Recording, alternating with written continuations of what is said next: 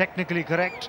Dhruv, remember, he's physically, he's speech and hearing impaired, but he's played for India in that league. He's represented the country and a very able bat indeed.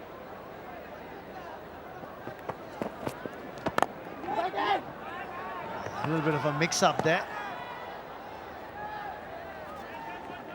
Biggest challenge is the calling between the wickets, because when you're looking for a run, obviously Dhruv can't call, so you have to completely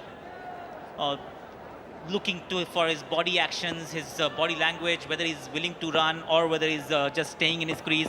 So that's a challenge these guys have to face.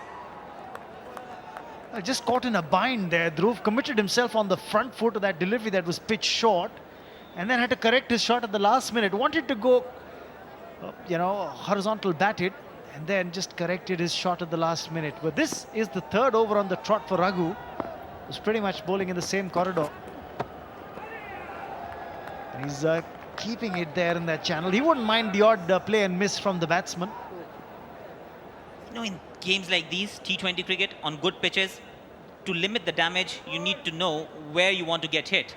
Because hitting is inevitable. You will get hit. It's just that you ensure that you get hit on the one side of the pitch. And that's what Raghu is doing. He's keeping it outside off. He's got his sweeper back. He's got his long off back. And he's asking the batsman to go hit him through the offside field. And what's even better is he isn't really pitching it up in that zone where the batsman can actually take it on the half volley and hit on the rise. So he'll have to either play the cut, and he's got that area well protected. This time forcing him to do something different, but Dhruv pulls off a boundary of that last delivery. So 5 gone, it's 37 for 1.